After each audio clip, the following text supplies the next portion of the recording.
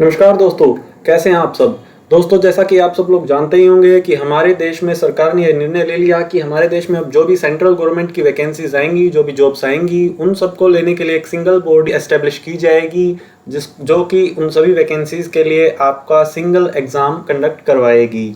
तो उस बॉडी का नाम यहाँ पर रहेगा नेशनल रिक्रूटमेंट एजेंसी। तो आपने देखा ही होगा कि मीडिया में काफ़ी दिनों तक ये सीईटी और एनआरए के बारे में कवरेज दिया गया था, बट वो कवरेज इतना सफिशिएंट नहीं था कि वो स्टूडेंट्स के सभी डाउट्स को क्लियर कर सके। तो यहाँ पर हमने द नोटबुक पे इस वीडियो को डेडिकेटली इन्हीं डाउट्स को क्लियर करने के लिए बनाया है। यहाँ पर हमने कुछ क्वेश्चंस को फ्रेम किया है, जिन क्वेश्चंस के मदद से यहाँ पर आपके हर डाउट को क्लियर करने का पूरा प्रयास किया जाएगा। तो वीडियो में लास्ट तक बने रहें, साथ ही चैनल को सब्सक्राइब कर लें जिससे कि कोई भी इंपॉर्टेंट अपडेट आप मिस ना करें।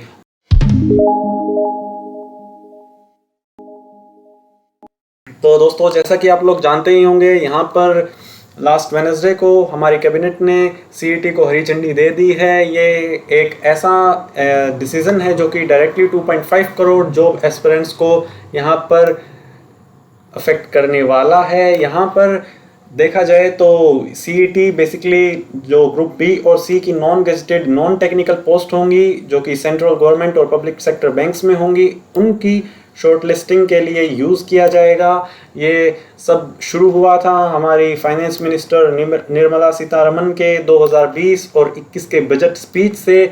उसी बजट स्पीच में एनआरए और सीईटी का प्रपोजल हमारे सामने रखा गया था, वहीं से मेंशन किया गया था इन सबके बारे में। तो अब हम मूव करते हैं अपने क्वेश्चंस की तरफ। तो यहाँ पर देखते हैं हमारा पहला क्वेश्चन ये है कि what is the need of NRA presently in our country. जैसा कि आप सब लोग जानते हैं कि डिफरेंट वैकेंसीज जो सेंट्रल गवर्नमेंट की तरफ से नोटिफाई होती हैं, उनके लिए डिफरेंट एग्जामिनेशन कंडक्ट की जाती है रिस्पेक्टिव एजेंसीज की तरफ से।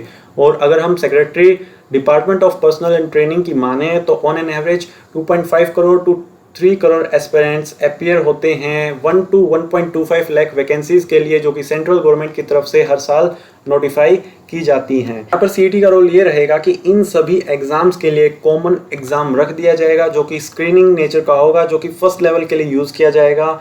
जो सीईटी का स्कोर होगा उसके बेसिस पे कैंडिडेट्स रिस्पेक्टिव एजेंसीज में अप्लाई कर पाएंगे। उसके बाद हमारा सेकंड क्वेश्चन, जो कि बहुत ही इंपॉर्टेंट क्वेश्चन है, वो ये निकल के आता है कि क्या अब हर गवर्नमेंट वैकेंसी के लिए सिर्फ सीईटी ही कंडक्ट किया जाएगा।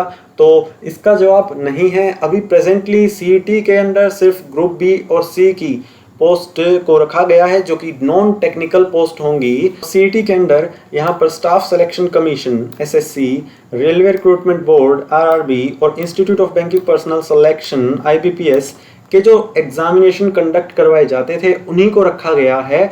अभी सिर्फ 3 बोर्ड को ही इसके अंदर रखा गया है। लेटर ऑन अगर ये सक्सेसफुल होता है, अगर अच्छे रिजल्ट्स आते हैं, तो और भी रिक्रूटमेंट बोर्ड और एजेंसीज को इसके अंडर लाया जाएगा और एक कॉमन एलिजिबिलिटी टेस्ट को रखा जाएगा हर तरह की जॉब के लिए, जो कि गवर्नमेंट सेक्टर में निकलने वाली है फ्यूचर में।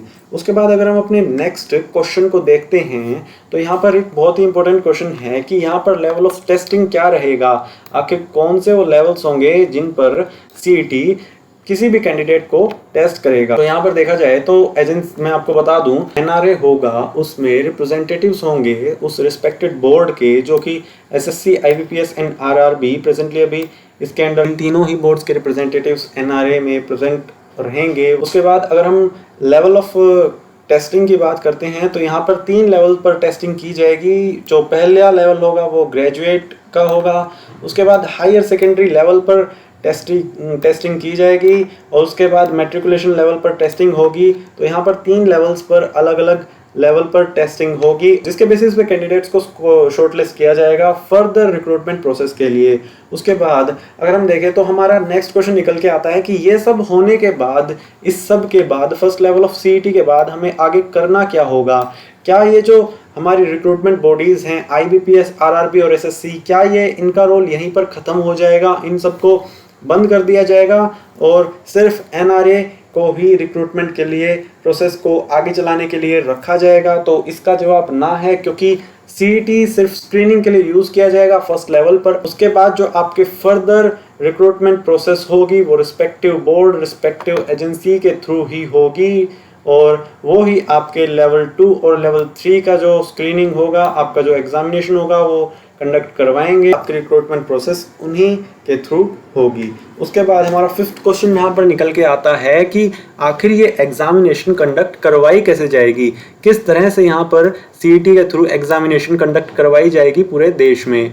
तो अगर हम यहाँ पर देखें तो ये ऑनलाइन एग्जामिनेशन यहाँ पर कंडक्ट करवाई जाएगी, सीईटी की ऑनलाइन एग्जामिनेशन होगी। और अगर हम गवर्नमेंट की मानते हैं तो यहाँ पर गवर्नमेंट का कहना है कि हर डिस्ट्रिक्ट में, पूरे देश के हर डिस्ट्रिक्ट में एक सेंटर एस्टेब्लिश किया जाएगा, जिससे कि कैंडिडेट्स को एग्जामिनेशन के लिए इधर से उधर भागना ना पड़े, वो अपने ही होम डिस्ट्रिक्ट में ही अपने एग्जामिनेशन को दे पाएं। उसके बाद अगर हम यहाँ पर देखते हैं तो गवर्नमेंट का कहना है कि ये जो मूव है ये पुअर कैंडिडेट्स को बहुत ही बेनिफिट करने वाला है, क्योंकि प्रेजेंट सिस्टम में उनको मल्टीपल एग्जामिनेशन में अपीयर होना पड़ता है, मल्टीपल एजेंसीज के द्वारा जो कंडक्ट की जाती हैं अलग अलग रिक्रूटमेंट में अपीयर होने के लिए उनको बहुत सारे एग्जामिनेशन देने पड़ते हैं। इसकी वजह से उनके ऊपर काफ़ी खर्च बढ़ जाता है, जो कि एग्जामिनेशन फीस से लेकर उनके ट्रैवलिंग चार्जेस, उनके ट्रैवलिंग एक्सपेंडिचर तक रहता है। गवर्नमेंट का कहना है कि ये उन सभी कैंडिडेट्स के फाइनेंशियल बर्डन को रिड्यूस कर देगा, जो कि मल्टीपल एग्जामिनेशन में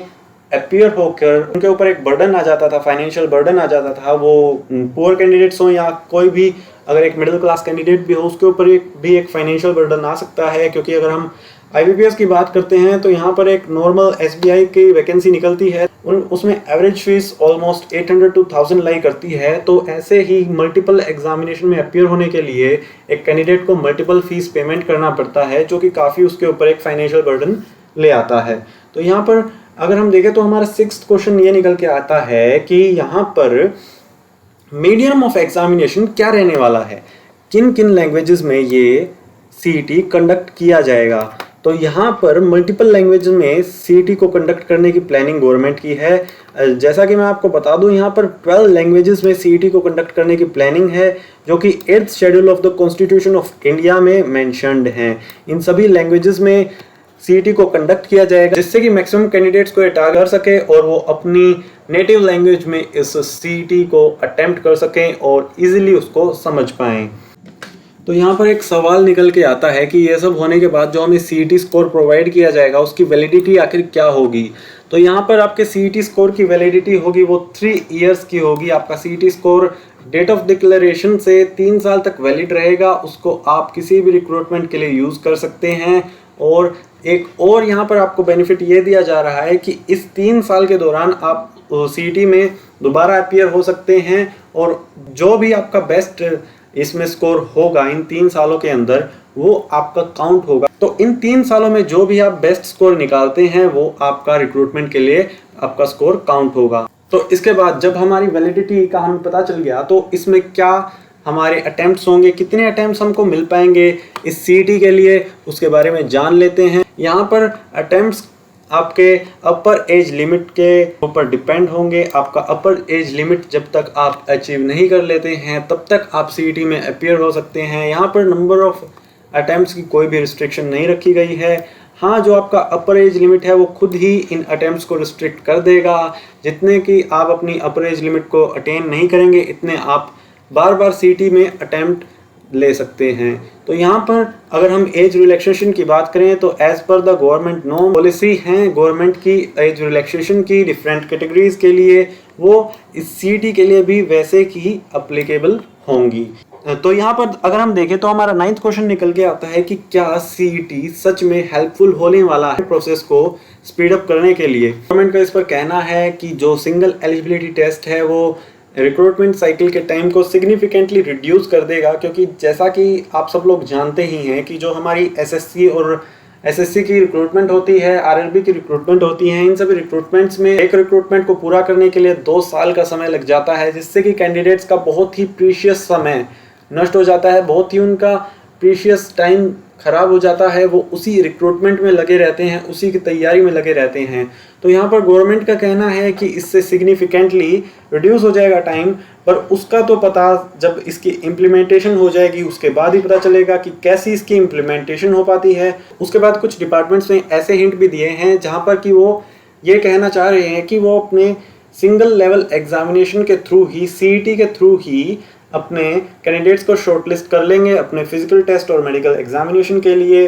वो सेकंड लेवल ऑफ एग्जामिनेशन को यहाँ पर हटा देंगे और केवल सीईटी के स्कोर्स पर ही अपने कैंडिडेट्स को वो शॉर्टलिस्ट कर लेंगे। पर इनिशियली देखा जाए तो यूनियन कैबिनेट ने 1517.57 करोड़ का फंड अलॉट किया है सीईटी की एस्टेब्लिशमेंट के लिए अगले 3 साल के लिए। इस पैसे का यूज़ किया जाएगा एनआरआई की सेटलमेंट के लिए और एग्जामिनेशन सेंटर्स की जो हमारी इंफ्रास्ट्रक्चर को डेवलप करना है उसके लिए।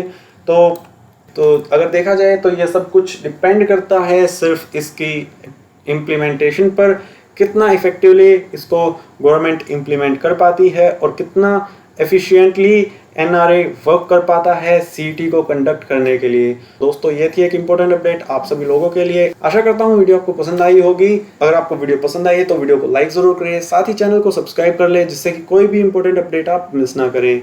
दोस्तों साथ ही आप द नोटबुक को इंस्टाग्राम पर फॉलो कर सकते हैं, लिंक आपको डिस्क्रिप्शन में मिल जाएगा। तो दोस्तों जय हिंद, वंदे मातरम।